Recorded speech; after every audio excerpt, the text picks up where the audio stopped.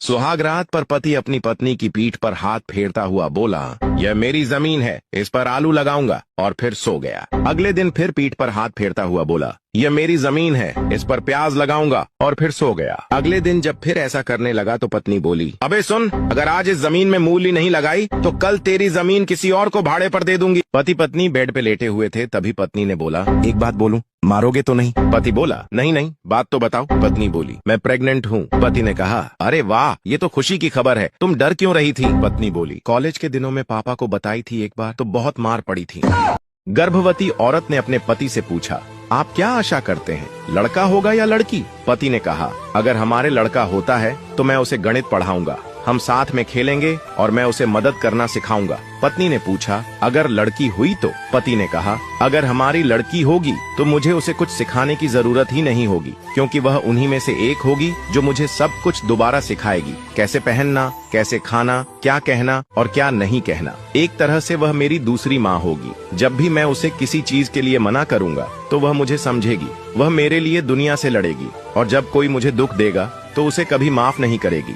पत्नी ने कहा, कहने का मतलब है कि आपकी बेटी जो सब करेगी वो आपका बेटा नहीं कर पाएगा।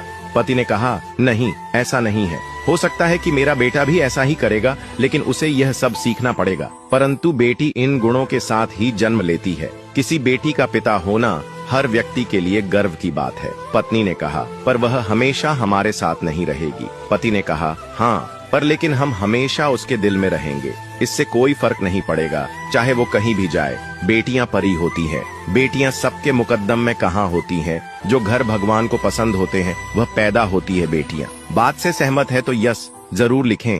एक आदमी अपनी गुस्सैल बीवी से काफी परेशान था। एक दिन उसने अपनी बीवी को कीलों से भरा एक थैला दिया और कहा, जब भी तुम्हें गुस्सा आए इस थैले से एक कील निकालकर बाड़े की दीवार में ठोक देना। पत्नी ने ऐसा करना चालू कर दिया। अब कभी भी उसे गुस्सा आता तो वह एक कील निकालकर बाड़े में ठोक दिया करती थी, लेकिन धीरे धीरे उसे समझ में आया कि कील ठोकना इतना आसान नहीं है।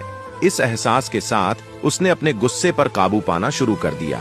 एक दिन ऐसा आया जब उसने बाड़े में एक भी कील नहीं ठोकी। वह बेहद खुश होकर यह बात अपने पति को बताने गई। पति ने मुस्कुराते हुए कहा, बहुत बढ़िया, अब जब तुम्हें लगे कि तुमने गुस्सा काबू में रखा तो एक कील बाड़े से निकालकर फेंक देना। पत्नी ने ऐसा ही किया। धीरे धीरे उसने बाड़े से सारी कीलें निकाल दी। आखिरकार एक दिन ऐसा आया जब बाड़े में एक भी कील नहीं बची। गर्व से भरी पत्नी ने यह खुशी अपने पति को बताई। पति ने पत्नी का हाथ थामा और उसे बाड़े के पास ले जाकर कहा, देखो, तुमने सारी कील